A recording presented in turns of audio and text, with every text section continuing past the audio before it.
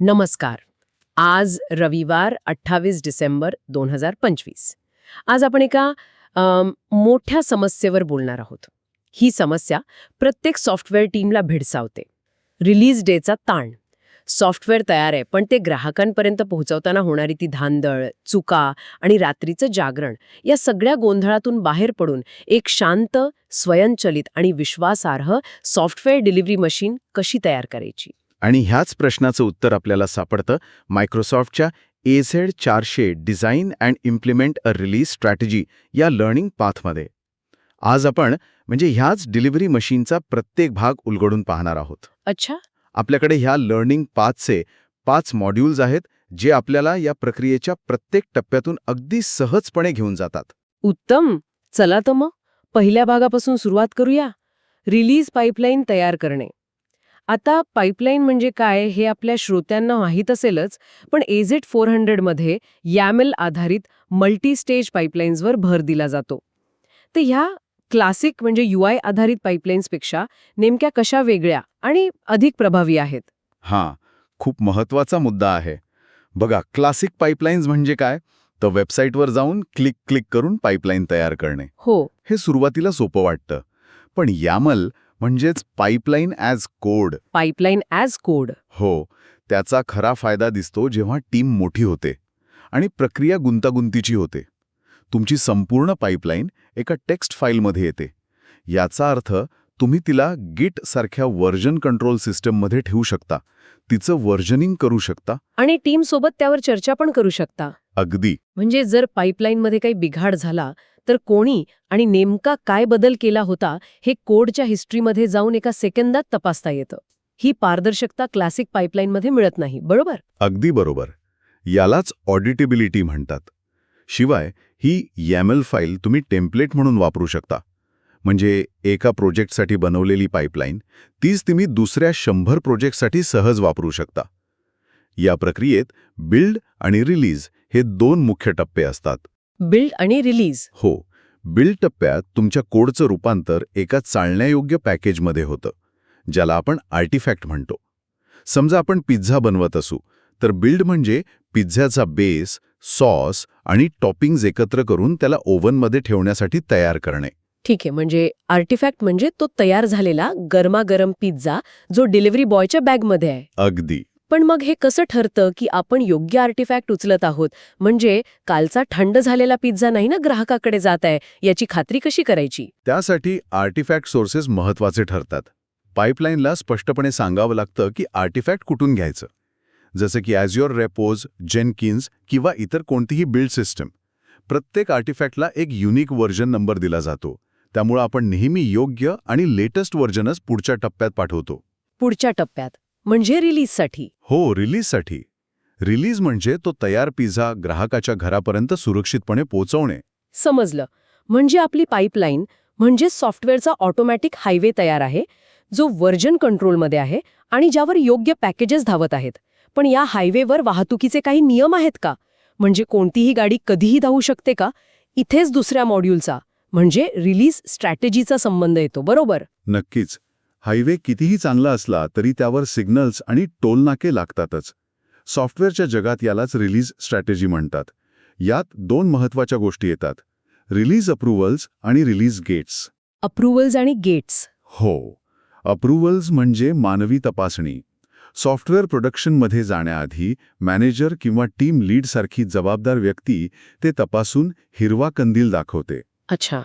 म्हणजे ही एक प्रकारे बिझनेस लॉजिकची तपासणी झाली. अगदी. पण तुम्ही रिलीज गेट्सबद्दल सांगितलं, जे स्वयंचलित तपासणी करतात. तर ह्या ऑटोमेशनवर किती विश्वास ठेवायचा? समजा एखाद्या स्वयंचलित तपासणीत काहीतरी चूक झाली आणि तिने एका महत्त्वाच्या रिलीजला थांबवलं तर? किंवा या उलट एखादी मोठी चूक तिच्या नजरेतून सुटली तर? यात मानवी हस्तक्षेपाला काहीच वाव नाही का? हा एक खूप व्यावहारिक प्रश्न आहे आणि इथेच अप्रूव्हल्स आणि गेट्समधला फरक स्पष्ट होतो. गेट्स हे मानवी निर्णयाची जागा घेत नाहीत, तर माणसांना योग्य निर्णय घेण्यासाठी आवश्यक डेटा पुरवतात. अच्छा, डेटा पुरवतात. हो, गेट्स म्हणजे स्वयंचलित क्वालिटी चेकपॉइंट्स. उदाहरणार्थ, आपण एक गेट लावू शकतो जे डिप्लॉयमेंट करण्यापूर्वी Azure मॉनिटरला विचारेल की माझ्या ॲपचा सध्याचा CPU वापर 80% कमी आहे का? किंवा Azure बोर्ड्सला विचारेल की या रिलीजशी संबंधित कोणताही गंभीर बग अजूनही ओपन आहे का? आणि जर उत्तर नाही असेल तर गेट उघडणार नाही, रिलीज तिथेच थांबेल आणि टीमला नोटिफिकेशन जाईल. एकदा आमच्या एका प्रोजेक्टमध्ये काय झालं की रिलीज अप्रूव्हलची प्रक्रियाच नव्हती. अरे देवा. हो, एका नवीन डेव्हलपरने चुकून अर्धवट कोड थेट प्रोडक्शनला पाठवला आणि कंपनीची मुख्य वेबसाईट अर्धा तास बंद पडली. बापरे. त्या दिवसानंतर अप्रूव्हल म्हणजे फक्त एक औपचारिकता नाही, तर एक गरजेची सुरक्षा भिंत आहे हे सगळ्यांनाच कळलं. खरंय. म्हणजे ऑटोमेटेड गेट्स तांत्रिक आरोग्य तपासतात आणि मॅन्युअल अप्रूव्हल्स व्यावसायिक गरज तपासतात. अगदी बरोबर. ठीक आहे, म्हणजे आपली पाईपलाईन तयार आहे आणि त्यावर माणसांचे आणि मशीनचे दोन्ही प्रकारचे वॉचमॅन आहेत. पण ही पाईपलाईन चालणार कुठे आणि तिची चाचणी कुठे होणार? कारण आपण थेट ग्राहकांच्या मोबाईलवर तर हे प्रयोग नाही ना करू शकत. नाही, अजिबात नाही. आणि इथेच तिसरं मॉड्यूल येतं, एन्व्हायरनमेंट कॉन्फिगर आणि प्रोव्हिजन करणे. एन्व्हायरनमेंट म्हणजे एक अशी स्वतंत्र जागा जिथे आपलं सॉफ्टवेअर चालून पाहिलं जातं. स्वतंत्र जागा. हो. सामान्यतः डेव्हलपमेंट, टेस्टिंग आणि प्रोडक्शन अशी 3 एन्व्हायरनमेंट्स असतात. डेव्हलपमेंट म्हणजे नाटकाची तालीम. टेस्टिंग म्हणजे काही निवडक लोकांसमोर प्रयोगात्मक सादरीकरण. आणि प्रोडक्शन म्हणजे मुख्य नाट्यगृहात प्रेक्षकांसमोर होणारा अंतिम प्रयोग. हे नाट्यगृहाचं उदाहरण छान आहे, पण व्यावसायिक जगात ही नाट्यगृह प्रत्येक प्रयोगासाठी नव्याने आणि अगदी सारखीच कशी उभारली जातात? कारण डेव्हलपमेंट आणि प्रोडक्शन एन्व्हायरमेंटमध्ये फरक असेल तर टेस्टिंगचा काहीच उपयोग नाही, बरोबर? तुम्ही नेमक्या दुखऱ्या नसेवर बोट ठेवला आहे. याच समस्येवर उपाय म्हणजे इन्फ्रास्ट्रक्चर ॲज कोड.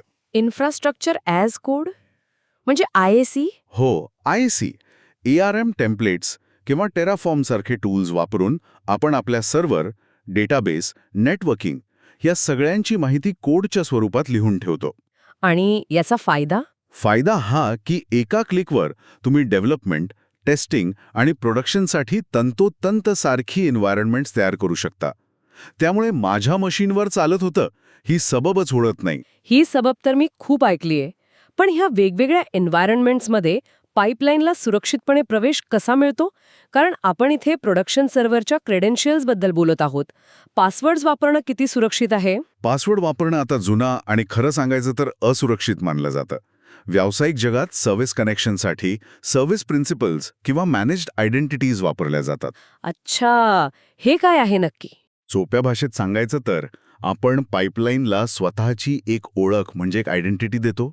मग त्या ओळखीच्या आधारावर तिला विशिष्ट एन्व्हायरनमेंटमध्ये काम करण्याची परवानगी मिळते. यात कुठेही पासवर्ड साठवण्याची गरज पडत नाही. वाह, म्हणजे सुरक्षा अनेक पटींनी वाढते. हो, आणि सगळं व्यवस्थापित करायलाही सोपं होतं. हे तर खूपच प्रभावी आहे. म्हणजे आपली पाईपलाईन तयार आहे, त्यावर गेट्स आहेत आणि ती सारख्या दिसणाऱ्या आणि सुरक्षित एन्व्हायरमेंट्समध्ये चालते. पण जर माझ्या कंपनीत 50 वेगवेगळी ॲप्लिकेशन्स असतील तर मला हे सगळं 50 वेळा करावं लागेल का?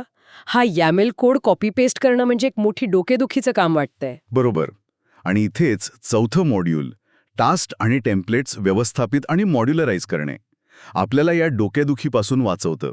कामाची पुनरावृत्ती टाळण्यासाठी Azure DevOps म्हणून खूप छान सोय आहे. आपण कामाचे छोटे छोटे पुन्हा वापरता येणारे भाग बनवू शकतो. जसं आपण एकदाच वाटण करून फ्रीजमध्ये ठेवतो आणि गरजेनुसार वापरतो. अच्छा, मग हे पुन्हा वापरता येणारं वाटण बनवण्याचे काय प्रकार आहेत? या 2 मुख्य संकल्पना आहेत. पहिली आहे टास्क ग्रुप्स. Task groups. हो, समजा तुमच्या पाईपलाईनमध्ये डेटाबेस डिप्लॉय करणे, त्यावर स्क्रिप्ट चालवणे आणि मग त्याचा बॅकअप घेणे या 3-4 स्टेप्स नेहमी एकत्र कराव्या लागतात. तुम्ही या सगळ्या स्टेप्सचा मिळून एक डेटाबेस अपडेट नावाचा टास्क ग्रुप बनवू शकता. मग पुढच्या वेळी फक्त तो एकच ग्रुप वापरायचा. सोप्पं आहे. हो, पण टास्क ग्रुप्स एकाच पाईपलाईनमध्ये उपयोगी पडतात. जेव्हा तुम्हाला अनेक वेगवेगळ्या पाईपलाईन्समध्ये कोड पुन्हा वापरायचा असतो, तेव्हा YAML टेम्पलेट्स कामी येतात. YAML templates. हो, तुम्ही एका वेगळ्या फाईलमध्ये एक संपूर्ण स्टेज किंवा जॉब लिहून ठेवू शकता आणि मग तुमच्या मुख्य पाईपलाईन फाईलमध्ये त्याला फक्त इम्पोर्ट करू शकता. याचा अर्थ जर मला उद्या माझ्या सर्व 50 ॲप्लिकेशन्सच्या डिप्लॉयमेंट प्रक्रियेत एक छोटा बदल करायचा असेल तर तुम्हाला फक्त एका टेम्पलेट फाईलमध्ये तो बदल करावा लागेल आणि तो आपोआप सर्व पाईपलाईन्समध्ये लागू होईल. वाह, म्हणजे 50 फाईल्स बदलायची गरज नाही. अजिबात नाही. आणि महत्वाची माहिती जसं की सर्व्हरची नावं किंवा इतर संवेदनशील माहिती ती कशी व्यवस्थापित करायची, ती पण कोडमध्येच लिहायची का? नाही, अजिबात नाही. त्यासाठी व्हेरिएबल ग्रुप्स आहेत. यात आपण सर्व महत्वाची माहिती एका केंद्रीय ठिकाणी साठवून ठेवतो. आणि अधिक सुरक्षिततेसाठी या व्हेरिएबल ग्रुप्सना थेट Azure की वॉल्टशी जोडता येतं. की वॉल्ट म्हणजे एक डिजिटल तिजोरी. अगदी. एक अत्यंत सुरक्षित डिजिटल तिजोरी. यामुळे तुमच्या पाईपलाईनला लागणारे पासवर्ड्स आणि सिक्रेट्स थेट त्या तिजोरीतून मिळतात. ते कोडमध्ये किंवा इतर कुठेही उघड्यावर राहत नाहीत. म्हणजे सुरक्षा आणि व्यवस्थापन दोन्ही सोपं होतं. बरोबर. म्हणजे आता आपली डिलिव्हरी मशीन केवळ ऑटोमेटेड नाही, तर स्मार्ट, रियुजेबल आणि अत्यंत सुरक्षित सुद्धा झाली आहे. पण आपण बनवलेली वस्तू ग्राहकांपर्यंत पोचल्यावर ती व्यवस्थित काम करते की नाही हे कसं कळणार? म्हणजे गाडी विकल्यावर तिचा परफॉर्मन्स कसा आहे हे पाहण्यासाठी काहीतरी व्यवस्था हवी ना? अगदी. आणि हाच आपल्या चर्चेचा शेवटचा आणि 5वा टप्पा आहे. आरोग्याची स्वयंचलित तपासणी. सॉफ्टवेअर रिलीज करणं हे बाळ जन्माला घालण्यासारखं आहे. तुमचं काम तिथे संपत नाही, तर तिथून खरं सुरू होतं. खरंय. आपलं ॲप्लिकेशन ग्राहकांच्या हातात व्यवस्थित चालतंय की नाही यावर सतत लक्ष ठेवावं लागतं. आणि हे काम 24 तास माणूस करू शकत नाही. मग याच्यासाठी काय उपाय आहे? सॉफ्टवेअरसाठी एखादा पर्सनल डॉक्टर नेमतो का आपण? तुम्ही त्याला डॉक्टर म्हणू शकता. आम्ही त्याला मॉनिटरिंग अँड ऑब्झर्वेबिलिटी म्हणतो. Azure ॲप्लिकेशन इन्साइट सारखी टूल्स इथे कामाला येतात. ही टूल्स तुमच्या ॲप्लिकेशनच्या आरोग्यावर सतत लक्ष ठेवतात. म्हणजे वेबसाईट स्लो झाली आहे का? वापरकर्त्यांना काही एरर्स येत आहेत का? हो, अगदी. कोणत्या फीचरचा वापर जास्त होतोय या सगळ्या प्रश्नांची उत्तरं तुम्हाला मिळतात. यालाच स्वयंचलित आरोग्य निरीक्षण म्हणतात. आणि यात सर्व्हिस हुक्स नावाची एक अत्यंत प्रभावी गोष्ट आहे. Service hooks? हो. सर्व्हिस हुक म्हणजे तुमच्या Azure पाईपलाईन्स आणि तुमच्या टीमच्या कम्युनिकेशन टूल्समधला एक दुवा. उदाहरणार्थ, तुम्ही एक नियम लावू शकता की जर प्रोडक्शन डिप्लॉयमेंट अयशस्वी झालं तर लगेचच आमच्या टीमच्या मायक्रोसॉफ्ट टीम्स चॅनलमध्ये एक अलर्ट मेसेज पाठव. आणि Azure बोर्ड्समध्ये एक हाय प्रायोरिटी बग तयार कर. बरोबर. यामुळे संपूर्ण टीमला काही सेकंदात काय घडलं आहे हे कळतं आणि त्यावर लगेच काम सुरू होतं. आणि या सगळ्या डेटाचा, या हेल्थ रिपोर्टचा अंतिम फायदा काय? सर्वात मोठा फायदा म्हणजे गुणवत्ता मोजमाप आणि सतत सुधारणा. रिलीज प्रक्रिया किती यशस्वी झाली, किती चुका आढळल्या, ग्राहकांपर्यंत पोचायला किती वेळ लागला, वापरकर्त्यांचा प्रतिसाद कसा आहे? हो, यांसारखे मेट्रिक्स गोळा करून आपण आपल्या प्रक्रियेतील त्रुटी शोधू शकतो. डेटाच्या आधारावर आपण निर्णय घेऊ शकतो आणि भविष्यात त्यात सुधारणा करू शकतो. यामुळे आपण प्रत्येक वेळी अधिक चांगलं आणि विश्वासार्ह सॉफ्टवेअर बनवण्याच्या दिशेने एक पाऊल पुढे टाकतो. खरंच अप्रतिम.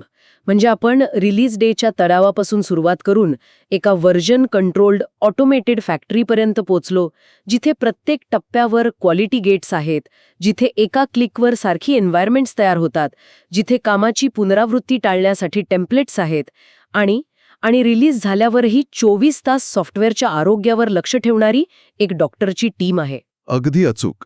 तुम्ही या संपूर्ण प्रक्रियेचा सारांश उत्तमरित्या मांडला आहे. AZ400 हा लर्निंग पाथ आपल्याला फक्त टूल्स शिकवत नाही, तर एक विचार पद्धत शिकवतो. विचार पद्धत. हो, सॉफ्टवेअर डेव्हलपमेंटला एका अंधाधुंद कलेकडून एका शिस्तबद्ध इंजिनिअरिंग प्रक्रियेत कसं रूपांतरित करायचं हे त्याचं सार आहे. यामुळे कंपन्या अधिक वेगाने आणि कमी चुका करत आपलं काम करू शकतात. आणि ग्राहकांना सर्वोत्तम अनुभव देऊ शकतात. अगदी. खरंच आज खूप काही शिकायला मिळालं. पण जाता जाता एक विचार मनात येतोय, आपण सॉफ्टवेअर डिलिव्हरी प्रक्रियेच्या कसं या भागावर खूप बोललो. पण ही प्रक्रिया इतकी कार्यक्षम आणि विश्वासार्ह झाल्यावर ती व्यवसायाच्या काय या भागावर कसा परिणाम करते? म्हणजे जर तुम्ही दिवसातून 10 वेळा सुरक्षितपणे सॉफ्टवेअर रिलीज करू शकत असाल, तर ते तुम्हाला असे कोणते नवीन व्यवसाय किंवा उत्पादनं बनवण्याची संधी देतं, ज्याचा विचारही पूर्वी अशक्य होता? विचार करण्यासारखी गोष्ट आहे.